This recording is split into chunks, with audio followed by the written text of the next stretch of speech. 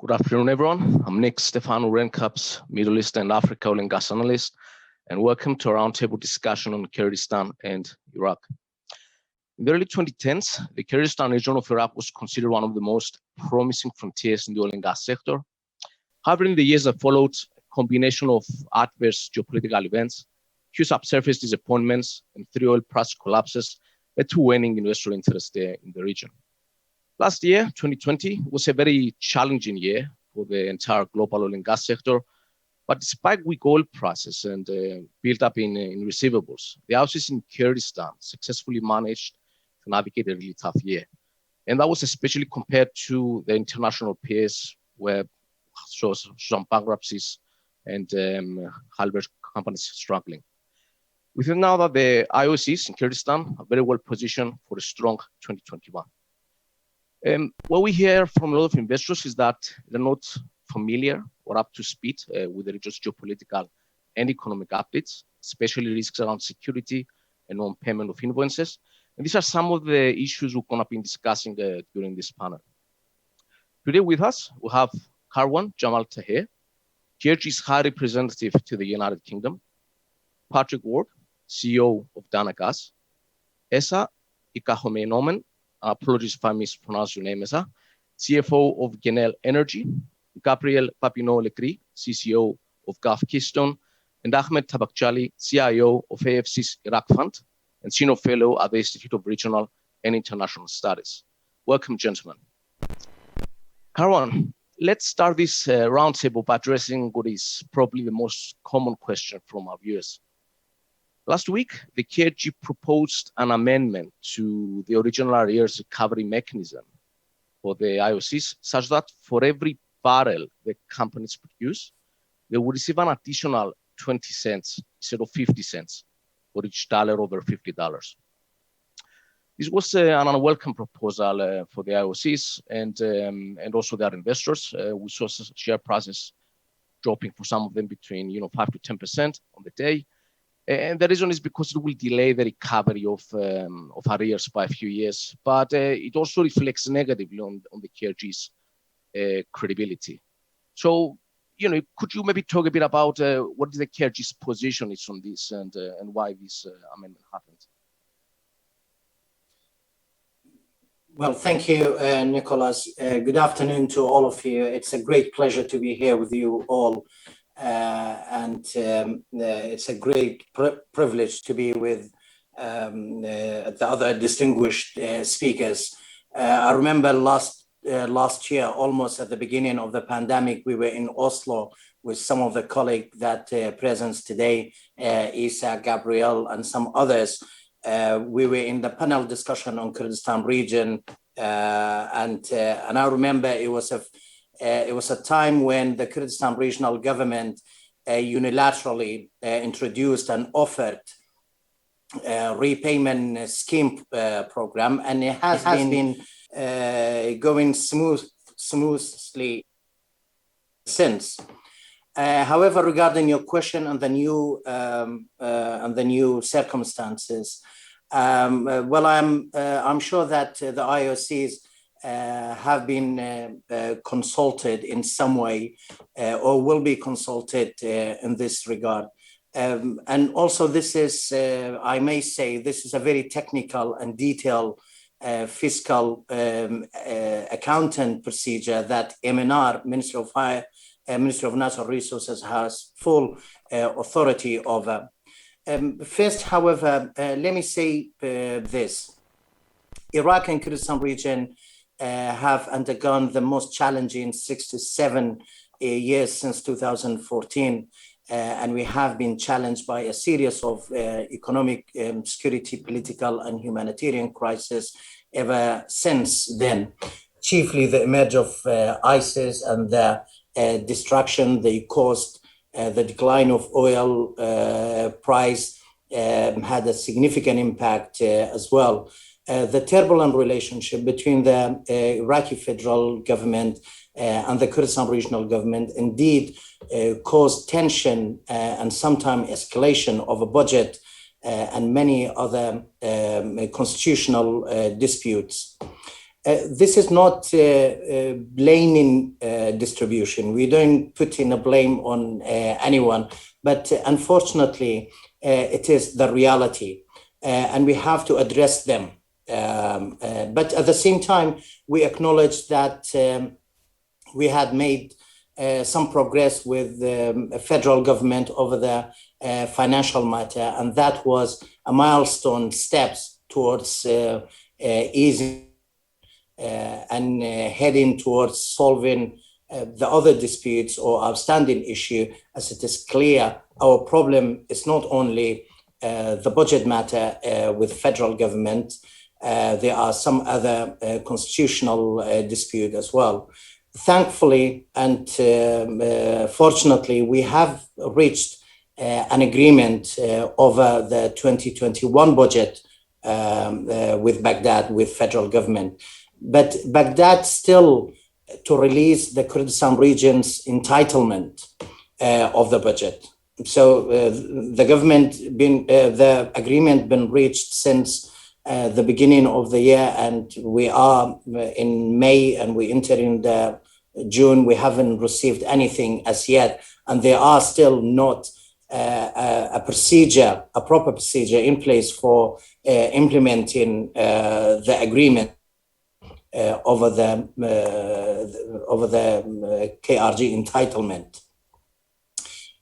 So that's mean our finance and economy are still squeezed in Kurdistan region. Therefore, the government have to adjust itself accordingly and accommodate what is available. As far as the IOC's concern, KRG is committed to the contract. We honor the implementation of the contract, and we appreciate IOC's investment and support throughout the challenging time.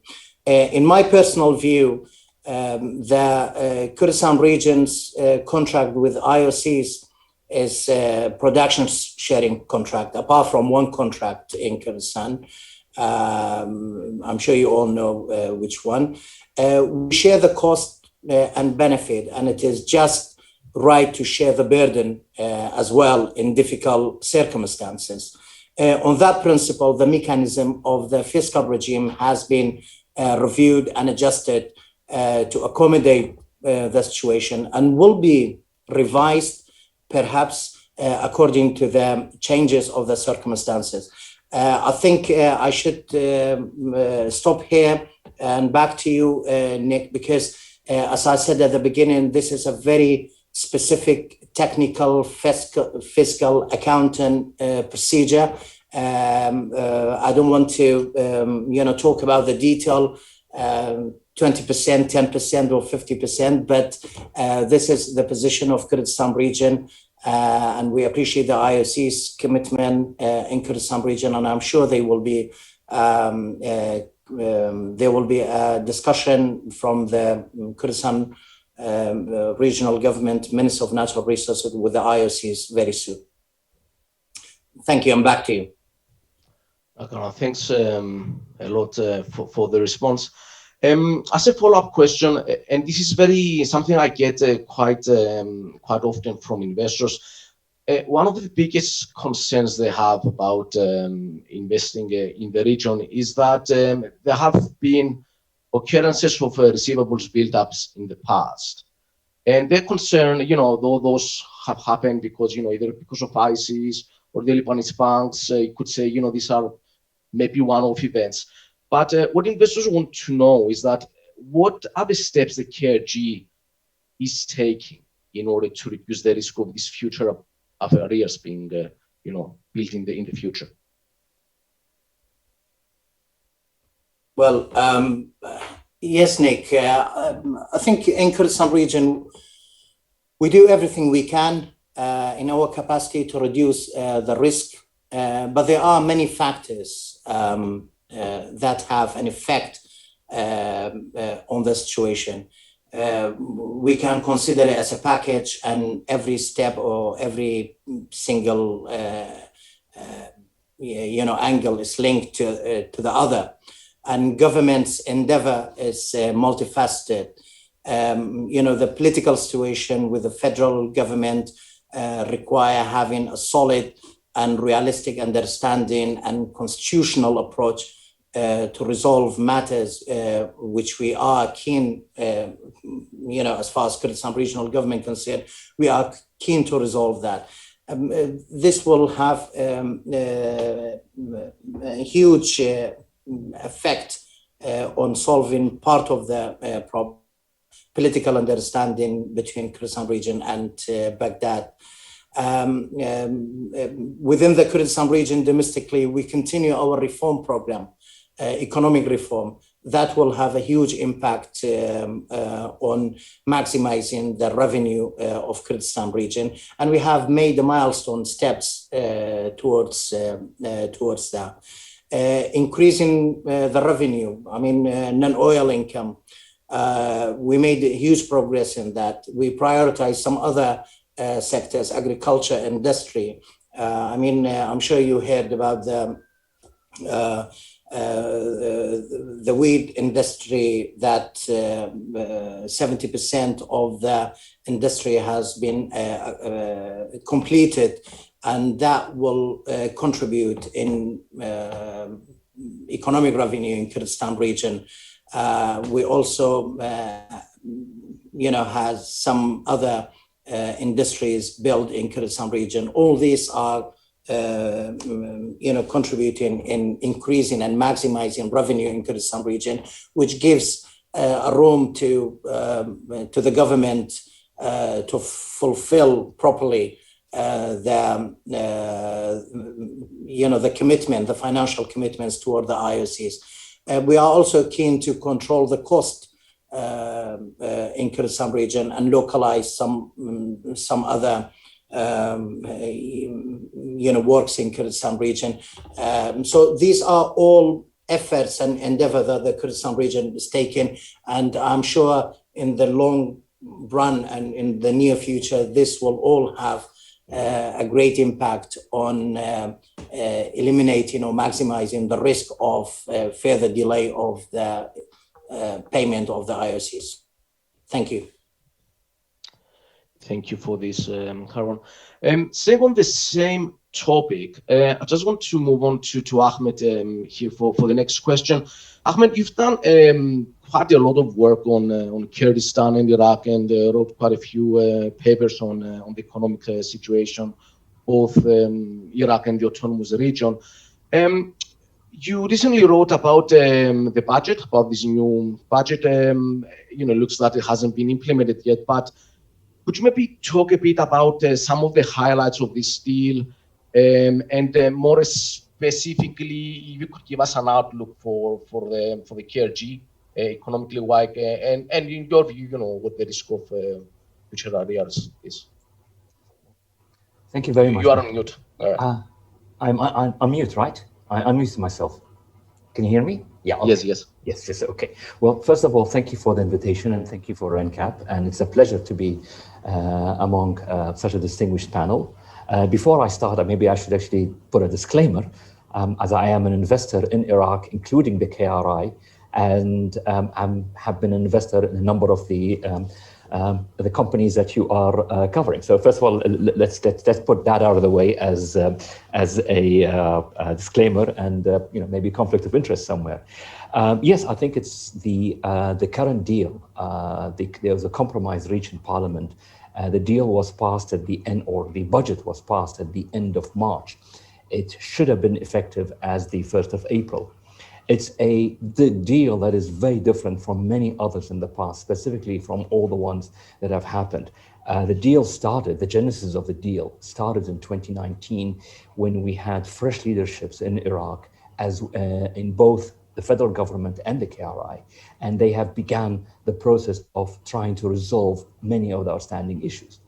Now, fast forward to where we are, because we haven't got too much time to go over it, and for those who are interested in more details, they are available. And as you mentioned, in the IRIS report we just published, we published one just specifically on the details of the current deal and what it means and all that. But the highlights which are relevant for everybody is the following.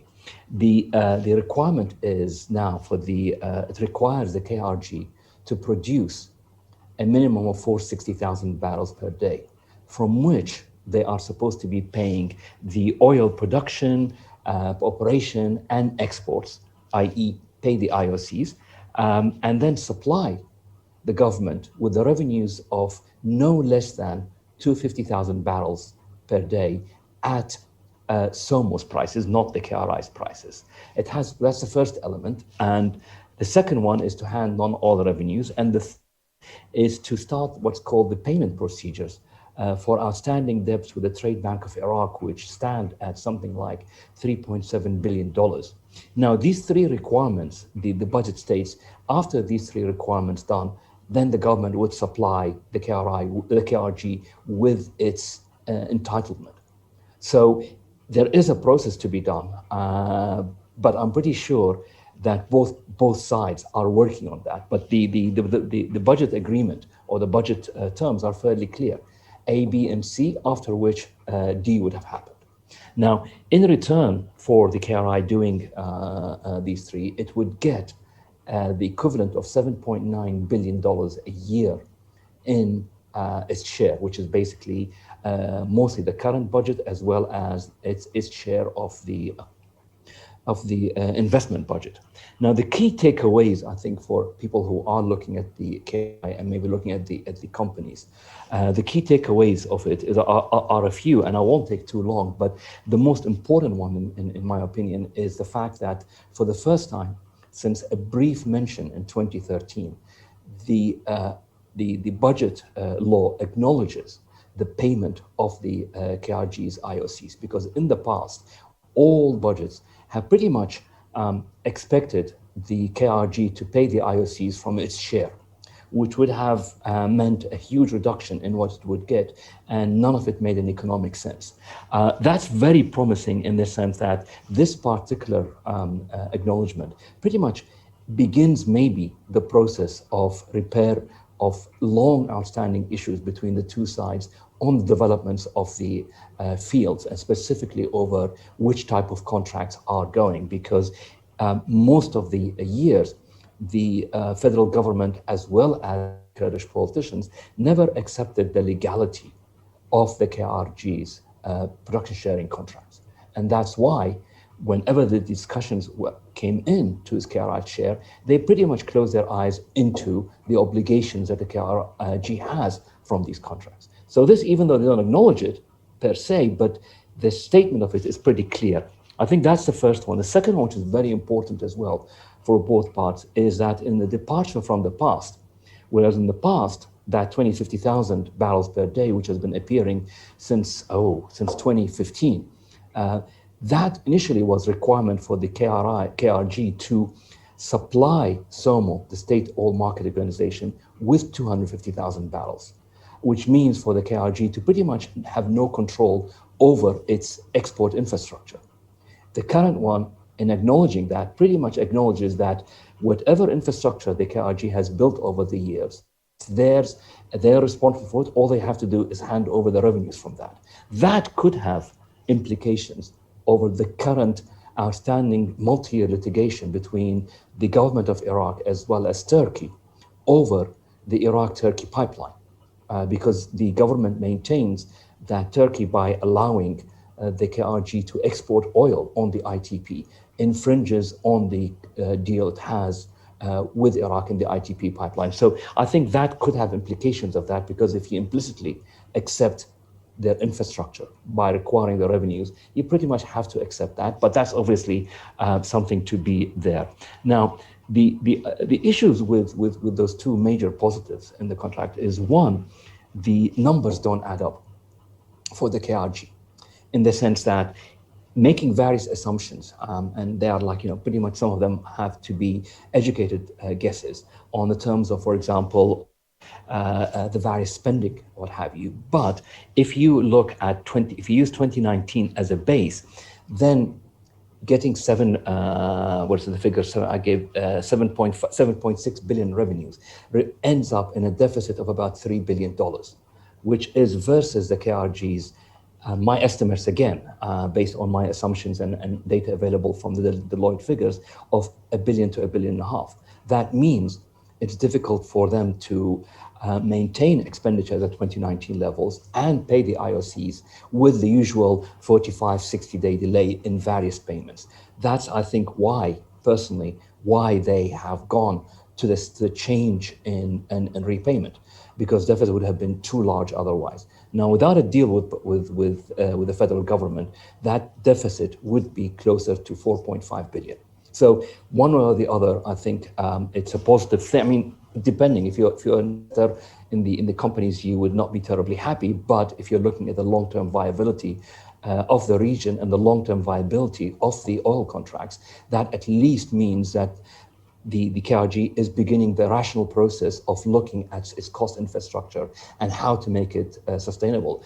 I mean, as an investor, and just my own personal view, I'd rather have a sustainable arrangement over a multi-year period than something unsustainable, which means, because the issue with Kurdistan as a regional government, as well as Iraq in general, is we can talk about that later, but basically our cost infrastructure as a country are extremely high. They're very rigid, they're skewed in the wrong way, which means it makes the whole country, as well as the region, extremely vulnerable to the slightest external shocks. An external shock like last year, completely, if last year lasted, that could have wiped us out for a very long time.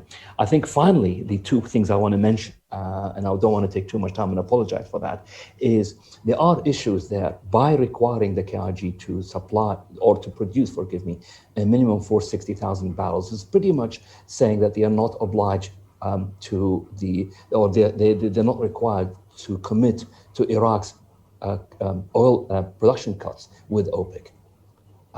The Ministry of Oil has registered its displeasure with the budget by filing a complaint to the federal court, saying that if it's proper pro rata, and there's, we've had discussions of that, what is the right amount, but the Ministry of Oil feels that KRG's production should be 330,000 barrels a day, not 460. Obviously, that could be subject to debate, but that is an issue with that, because 460 says the KRG is not required at all to adhere to production cuts, which I don't think is on the part of the federal government's mind.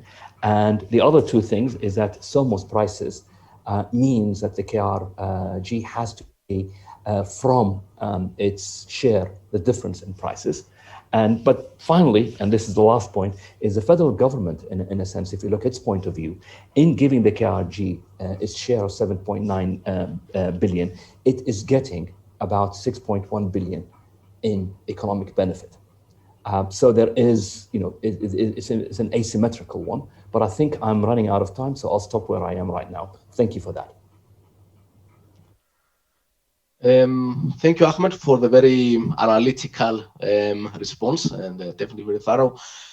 So as a key takeaway, though, from your answers, clearly there are a lot of obstacles before implementing this deal. But if I have to take one key takeaway, is that if this deal does get implemented, the risk of future areas will be reduced materially. Is that the case? Absolutely. I think both parties, the government itself and the KRG, are committed to the deal, and I see it happening. But given Iraq, I can't see it happening straight away and smooth. Everything with us takes a very long time. Okay, right then, Karwan, I just want to back to you. So, could you give us an update on the security situation in both Kurdistan and the rest of Iraq? Clearly, the ISIS days are over, so it's much better than it used to be in the past. But a lot of investors don't know exactly what's going on in the ground and the level of risk there. Well, thank you, Nick. I think we wouldn't be successful in developing our economy if we had not made security our top priority in the Kurdistan region. Indeed, economics and politics are intertwined and inseparable from security and stability for businesses to flourish.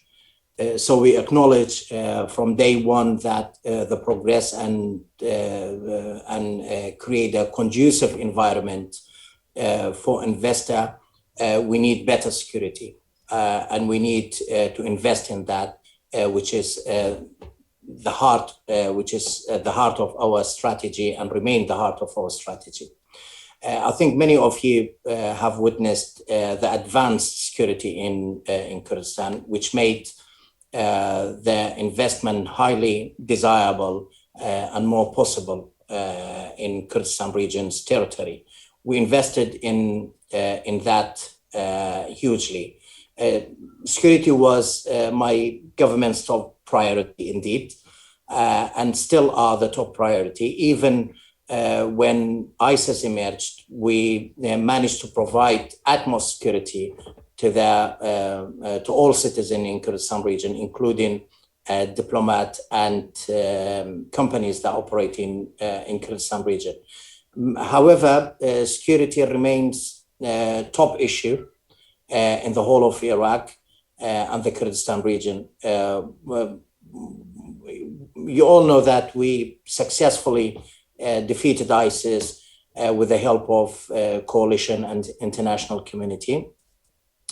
We were hoping to build a strong security cooperation between the federal and Kurdistan region, especially in the disputed area. We were hoping that the Iraqi Ministry of Defense will bring all the militias under their command, but that never happened and caused a security vacuum in certain areas, particularly in the areas of that it is called and well known by disputed areas. The recent attack, as you all know, were launched from that vacuum, which increased emphasis for both Iraq and Kurdistan region to move faster and establish ground for coordination and cooperation, better coordination and cooperation.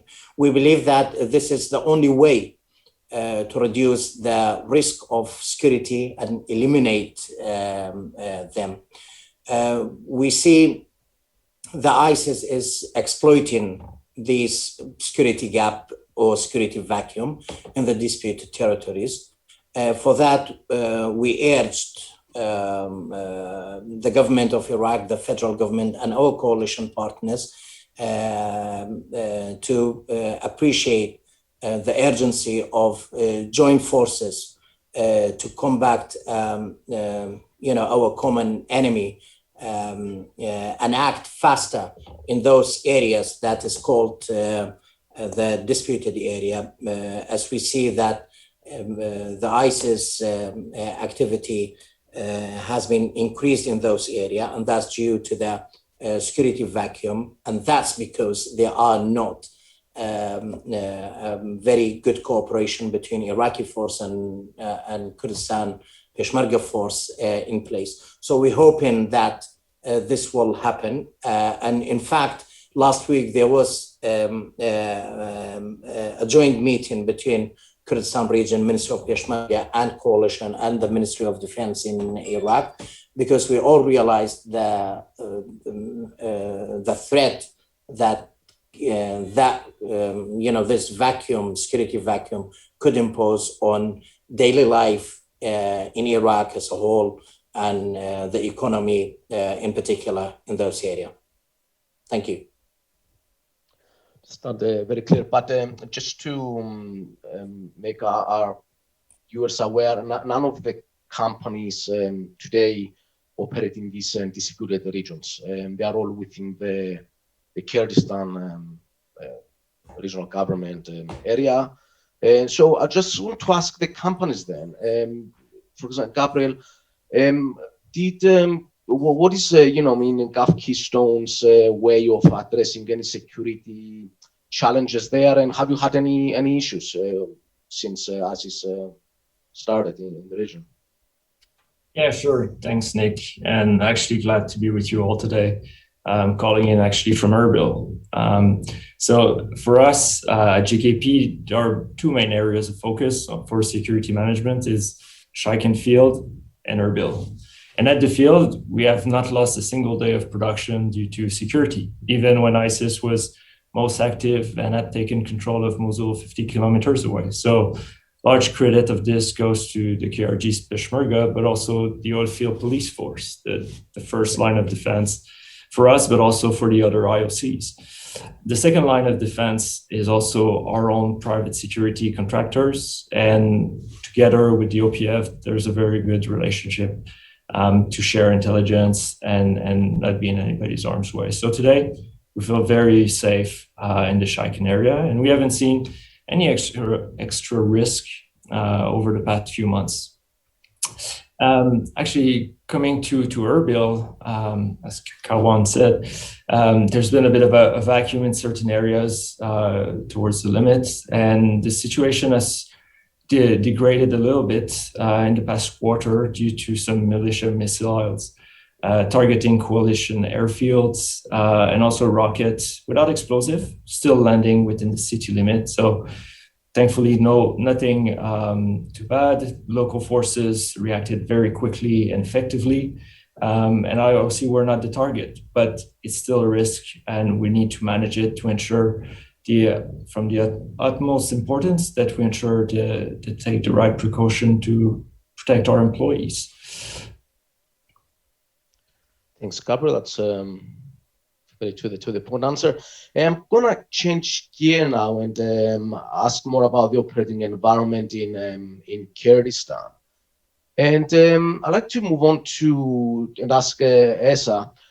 So Esa, Genel is the only IOC in Kurdistan with production from several licenses, and was pretty much always a key player for the region. And you have had your challenges in the past. This is it's a challenging region, but you have learned several lessons about operating in Kurdistan. And if I look at Genel's financial framework, and also this goes for your peers as well, it is quite prudent compared to, I would say, the international MPs. But you still manage to pay a dividend. This is also the case with Dana Gas, and so Keystone, and also announcing a dividend this year. So can you maybe explain how you adapt your financial framework to the region, to the region's challenges? Thanks, Nick. Happy to do that. And I'm pleased to note that in your question, you use language like prudent and financial framework, and adding dividend to the mix is obviously quite satisfying. So thanks for acknowledging all that. Quite frankly, I could spend all afternoon talking about our financial framework. I am the CFO after all, but I'll try and keep it brief because I understand that we don't have unlimited amount of time available. So if I go a little bit back, about 3 years ago, we in Genel reworked our strategy to better fit with what we believed the investors wanted from E&P companies, particularly the ones that operate in an environment such as KRI. And in that context of prudency and dividend, managing liquidity, short and longer term, is absolutely critical. So I'll be referring to liquidity management a couple of times in what I'm going to tell you in terms of the story. So what is that strategy that Genel adopted some 3 years ago? And quite frankly, it was quite fundamentally different to the strategy that the company had previously.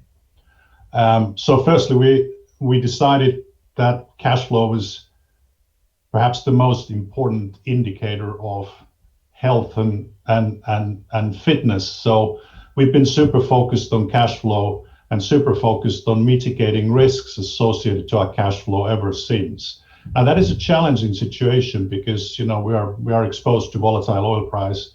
We're exposed to government payment, of course, as we realize right now. But there's a lot of things that we have done and we can do irrespective of those risks. And as a practical example, rather than investing heavily in the early days of the development, as if success would already be guaranteed, we continue to develop our fields with a sort of what we call pilot, appraise, produce model. Now, what does that do? That basically does a couple of things. One is it accelerates production and revenue because we actually bring the field to production as quickly as possible. But at the same time, we are still appraising the field, and as a result of that, we're deferring large investments such as high capacity topside facilities until we are more certain about the subsurface.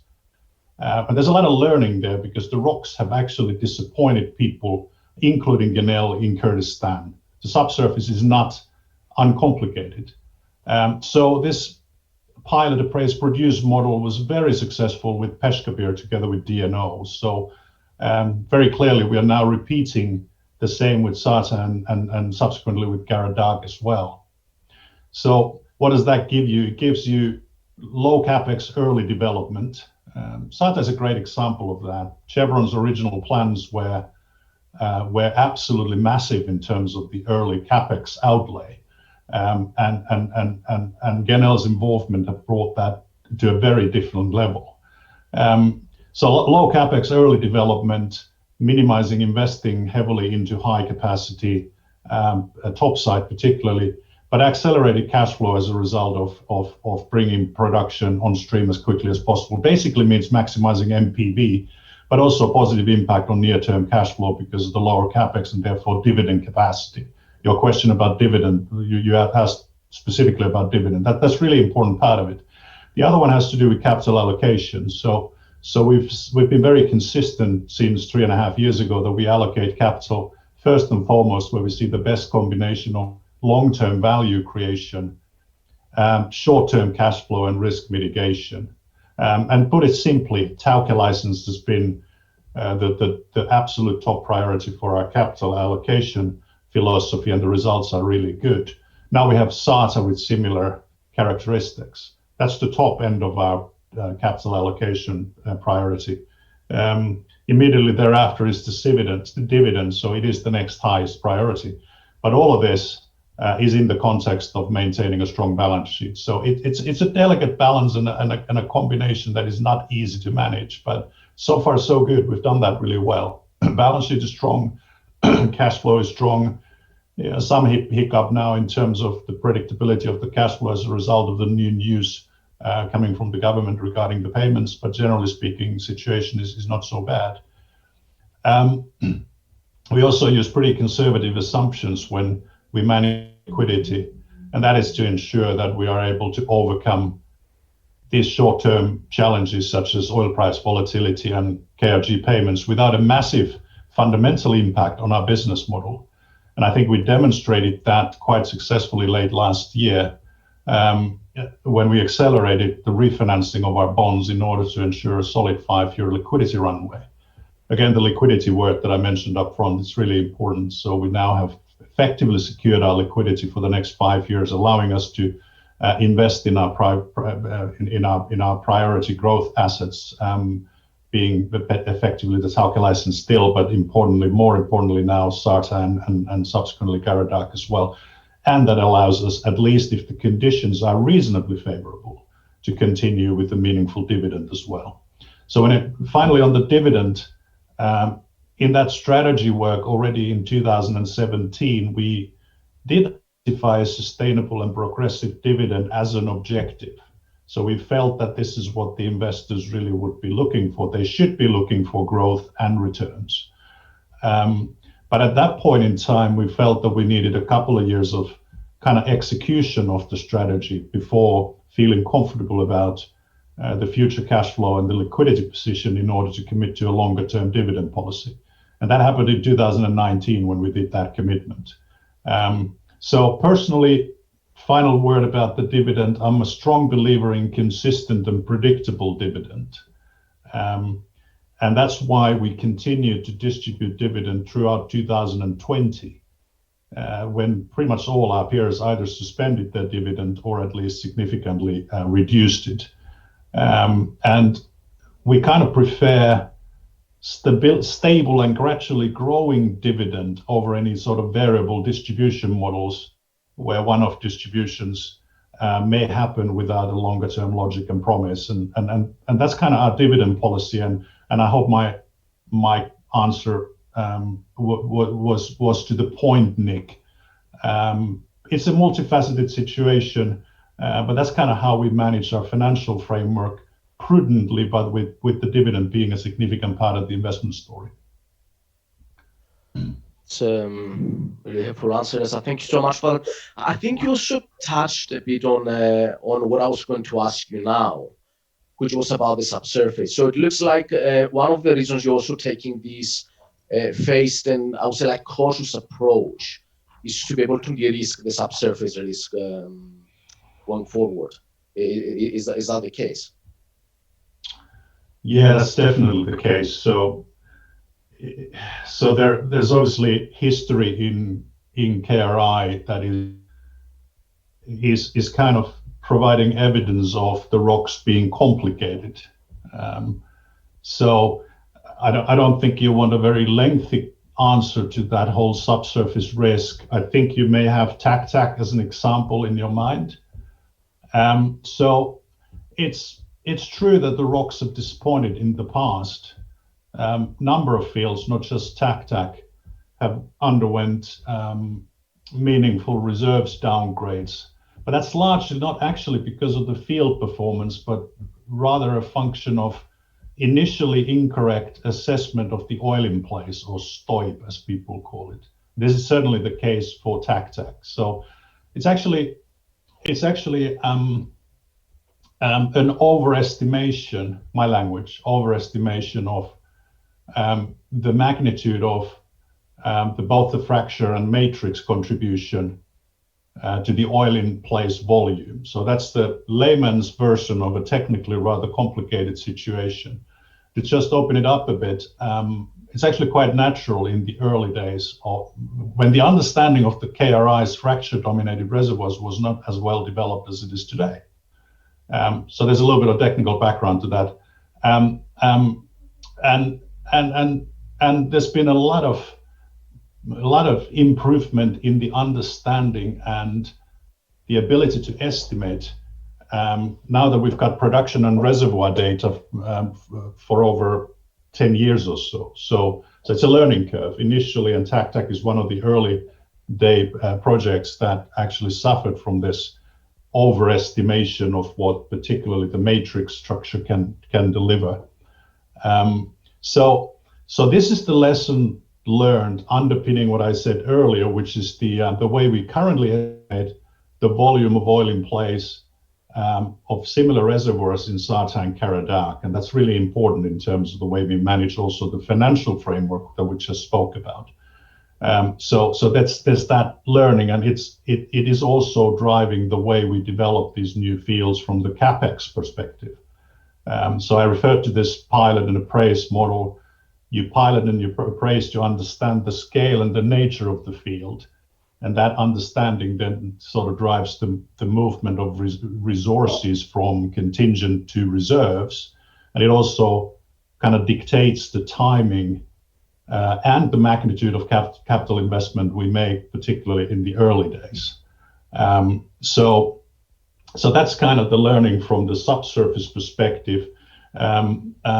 Some elements of the TAC story might have been misunderstood in general conversation, but in summary, the key learning is that the resource assessments and investment decisions are nowadays sort of more incremental, more stepwise, and much more driven by data rather than perception or optimistic early assumptions. If that makes sense, I think that's kind of what you were looking for. I think that was a very spot on answer. And with this, I just want to move on to Gabriel quickly. So Gabriel, Keystone is also taking a similar, I would say, like phased approach for the development of Chaikan, which actually could be one of the largest fields in Kurdistan. It is, I think it's now either the second or third biggest oil producers there. And I was wondering, are you taking this approach either because of funding requirements, or is it just to manage also risk, just similar to what Esa has also said? Yeah, thanks for that, and actually thanks for Esa for putting a good introduction. That was seriously I think you hit it. Chaikan has, on a gross basis, 500 million barrels of 2P. We just completed a CPR, To date, we've produced 85. So there is still a lot of running room. And actually, this approach to go in a stage is actually all about the optionality that we have onshore, that we can optimize, learn, get better designs, get more data, put it into our geological model, reassess, and continuously try to challenge ourselves. What's the best way to get the best return for the asset? Developing the Shaikan phase is also part of our sharp focus on capital discipline that allows to spread out CapEx, optimizing the annual commitments, maintaining flexibility when things are difficult, or on the other side, when things are good, can go for it. The asset itself has a decline rate of about 5% for the field. So that also gives us a lot of flexibility as we go to have a reliable base on it. And again, I think it's very, very important that this asset is funded through cash flow, and as we grow production, we are able to fund it at those level of oil price we're talking about.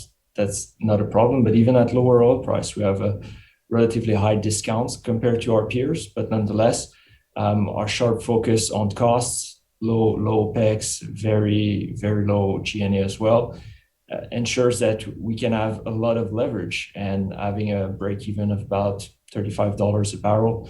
It's quite powerful as we try to get smarter, and along the way, that gives us the ability to reward shareholders along the way. I think for all of us who've been in the industry for a long time, we cannot really say that, put it this way, there's not a stellar track record of people creating value from the drill bit and then losing that value somewhere else. So we just think it's better to reward our shareholders along the way.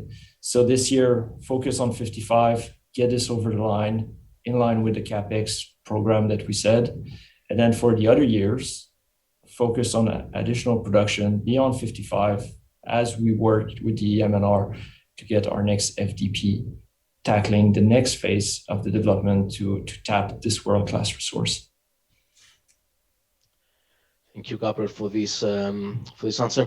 I just want to change theme now and talk a bit about gas and the energy transition in Kurdistan. So this question will be for Patrick. Patrick, so Pearl, which is Danagas owns 35% of Pearl, it is jointly operated by Danagas and Crescent Petroleum. It's Kurdistan's largest producer, and I believe you supply something like 75% of the region's gas, and you're also investing now to increase Khormor's capacity by 60%. Electrification is key for Kurdistan, and you're doing your part there.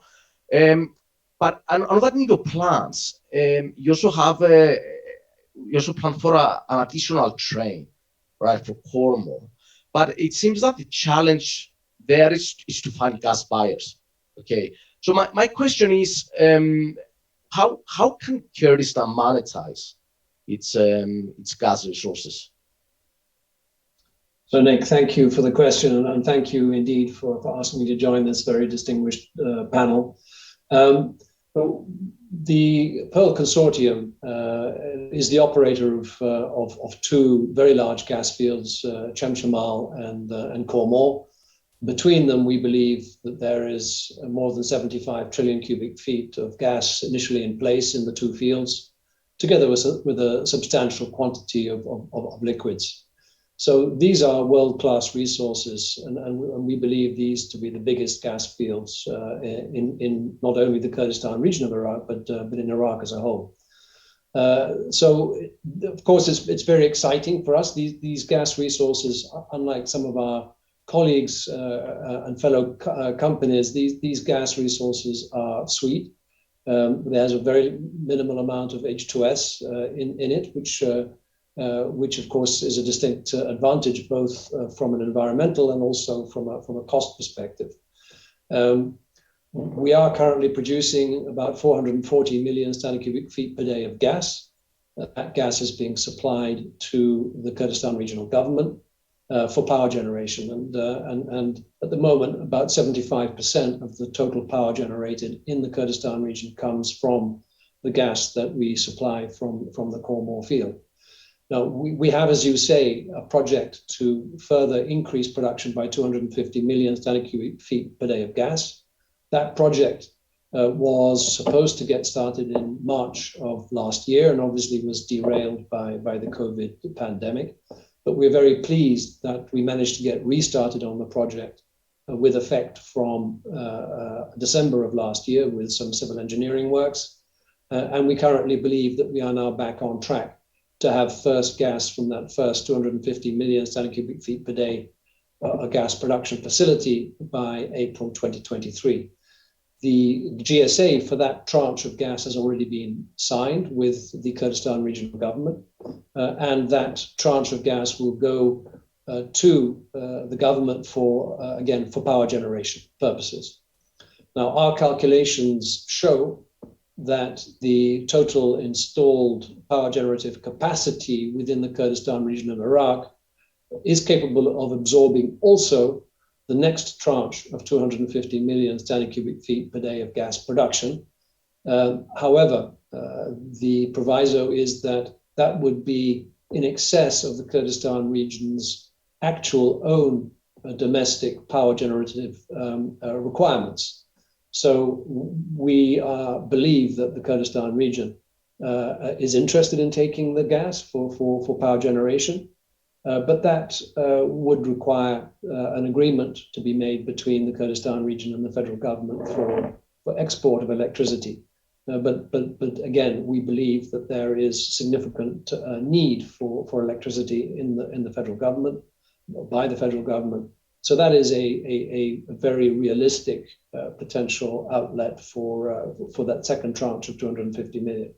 Now, in addition to that, by the way, I was very pleased to see that the Prime Minister made a clear statement about his belief in the role of gas in developing the region's economy, and so we're very pleased to see gas put front and center, in the development plans for the region. And in that evaluation, we know that there are consideration is also being given to other markets adjacent to the Kurdistan region of Iraq. But our priority, of course, is firstly and foremostly to satisfy the domestic needs, and we believe that the full 500 million standard cubic feet per day of gas that will be produced from the next two gas trains in Khor can find its way into the domestic market. Having said that, we do have the right to export the second 250 million tranche, and obviously we are exploring options in that regard. Thanks for this, Patrick. And as a quick follow-up, there have been discussions in the past, either building a pipeline and taking the gas to Turkey, but more recently it was more about the rest of Iraq. Which one of the two do you think is the most likely, I would say, market route? Well, that's a good question. I think we need to think back a number of years and realize that in the consortium, in the Pearl consortium, we have got MOL, OMV, and RWE as partners. Have them as partners is that they were the original private investors of the Nabucco pipeline project, and they are also major marketeers of gas in their domestic markets in Europe. So there has been for a very long time the vision that the gas from the Kurdistan region of Iraq could be ultimately delivered to gas markets in Europe, and that obviously means going through Turkey. Turkey itself, of course, is a very major gas consuming country. 5 BCM a year, or equivalent to 5 trillion cubic feet per day. Sorry, 5 billion cubic feet per day. So it's also a very large market, and it's a market which is currently in the process of renegotiating many of its existing gas. Turkey is obviously a logical place, but we also know that the federal government of Iraq is looking for gas for power generative reasons. and is equally a potential prospective market for gas. But clearly, none of these options are easy, and there are political consequences with respect to all of them, and things need to get put together in the right way in order to make them happen. So clearly, sale to domestic demand in the Kurdistan region is the obvious and easiest way to go. Understood for this. Thank you so much. Staying within the gas and the energy transition theme, Karwan, I just want to address this question to you. So the energy transition, as you definitely know, is becoming a lot more thematic in the oil and gas universe. A lot of countries have set decarbonization targets. And I was wondering, given that oil is the primary source of revenue for the KRG, this question has, I guess, like two sub-questions. What is the KRG strategy for its oil sector? And B, what is its position for the energy transition?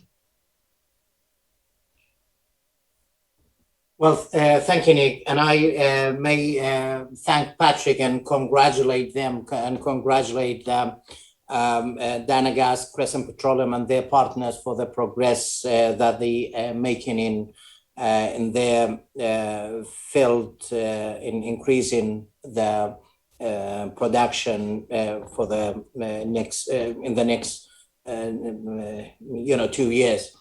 And I was privileged that I was the first government coordinator responsible for the project, Kormor project in Kurdistan region. And I was with them from day one to the first gas in August 2008. So I salute all of you for what you're doing.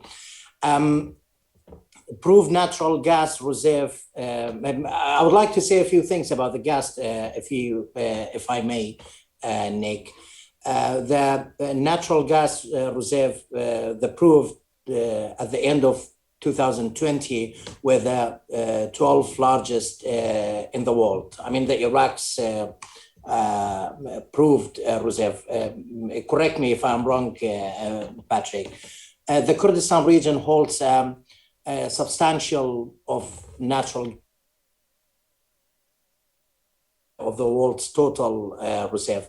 This positions Kurdistan for a prominent role in regional and global gas market. Kurdistan region has identified gas as a priority for long-term strategic development. The development of the region's gas reserve has the potential to become an engine of future economic growth. As such, my government economic development roadmap, as Patrick alluded to it, lay out plans to develop and capitalize on the region's abandoned natural gas resources. The utilization of gas will be crucial to meeting rising power demand in the region. Therefore, the KRG encouraging in the gas sector, and we would like to be an energy player rather than only oil production region player on the energy map. So of course we aim to become a significant exporter of both oil and gas. The potential boost in gas will provide additional benefits to the Kurdistan economy. In accordance with this aim, the Ministry of Natural Resources prepared a detailed plan with two main objectives. The first objective of this plan was to develop Kurdistan gas resource in order to meet domestic demand for power generation and industrial use. And the second one, of course, on meeting the demand of Turkey and several European markets, as Patrick has mentioned, the reason why the partnered with the other companies. So in future, exporting the excess gas from the Kurdistan region. And I think your last question was regarding the transition. Well, it's also the first question about what is MNR's vision on Kurdish oil sector as well. I think in the past you had targets of producing about 1 million barrels per day. Is that still valid? How do you see that playing out? And then, you know, the second question was what is Kurdish position on the energy transition? Okay. Well, of course, our aim and objective is to increase the production in Kurdistan region, but we have to bear in mind we have to do that in a proper way and within the good international practice in Kurdistan region, and of course that will contribute to the economy of Kurdistan region, the increase of production.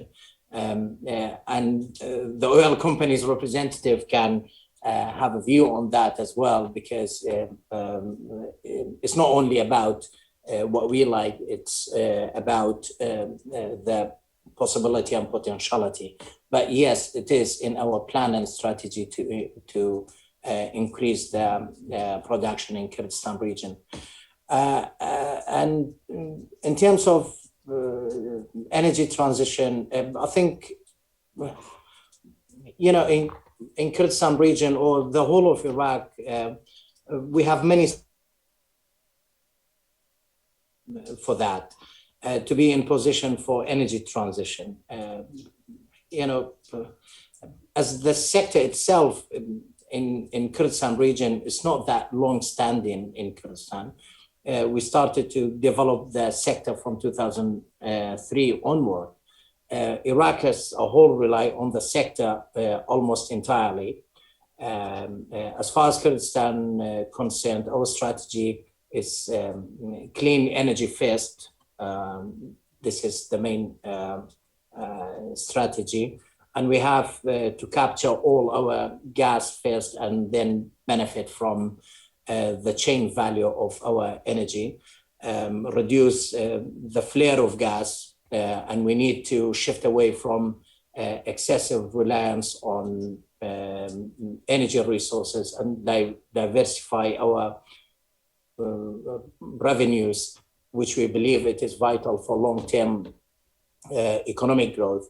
And of course, the protection of environment, if we consider that as part of the energy transition, is the priority. And we have a legally mandate that companies to meet international petroleum industry standards of practice of the environment, and that they adhere to the Kurdistan region's laws to protect the environment.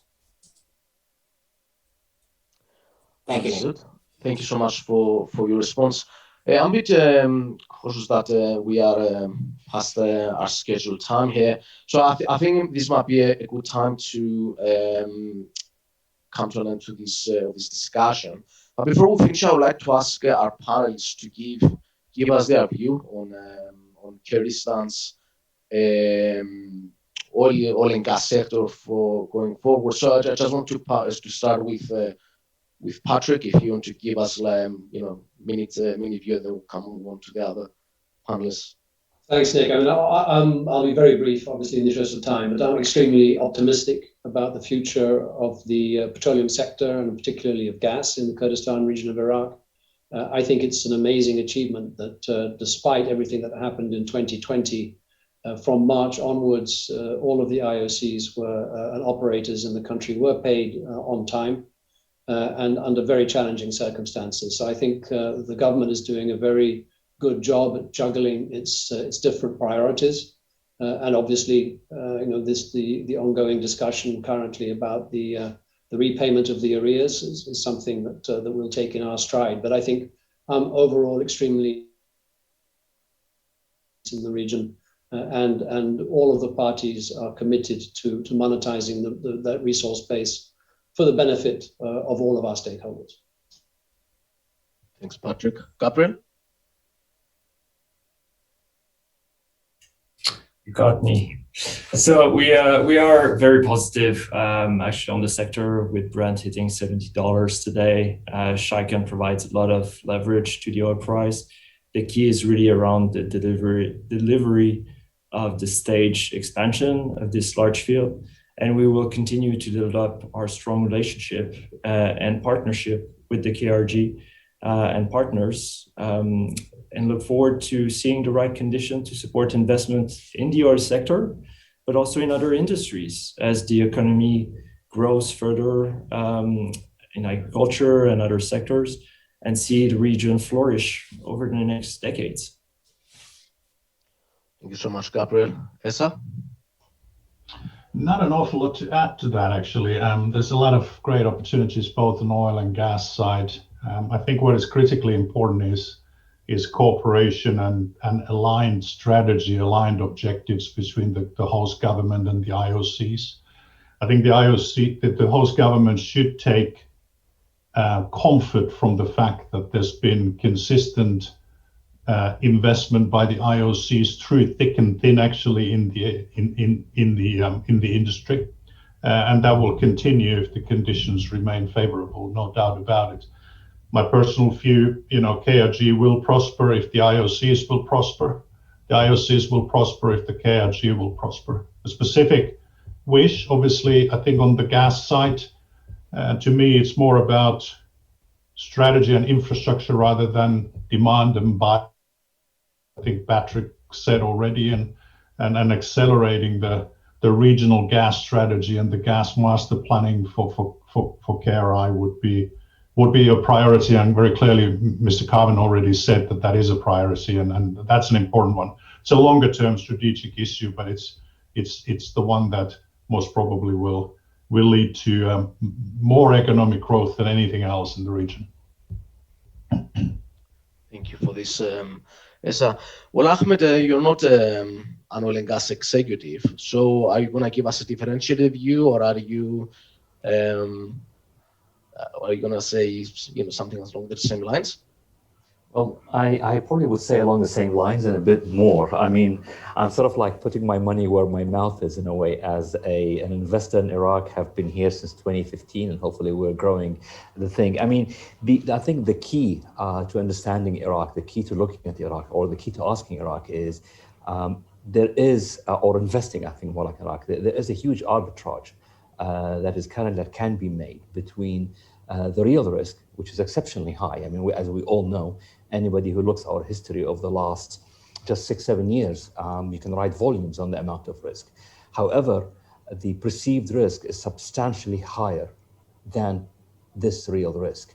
And as there is knowledge, as more people like yourselves cover the region, as more people look at it and try to understand it, then I believe that arbitrage would narrow, and with it, asset prices, whether they're oil and gas or other assets, will reflect that upgrade. I mean, obviously, one has to give always the answer of saying, well, I'm talking my own book as an investor, so there's always should be taken with a pinch of salt. But thank you for that, and it's a pleasure to be with all of you. Gentlemen, our discussion comes to an end now. Thank you so much for your time today, and for everything you have said. It was, from my side, at least as an analyst, I think everything was very useful and enlightening. And I want to wish you a good day, and we'll speak again soon. Thank you, Nick. Nick, thanks very much. Bye-bye. Thank you so much, Nick. Thank you, everyone. Thank you. You all.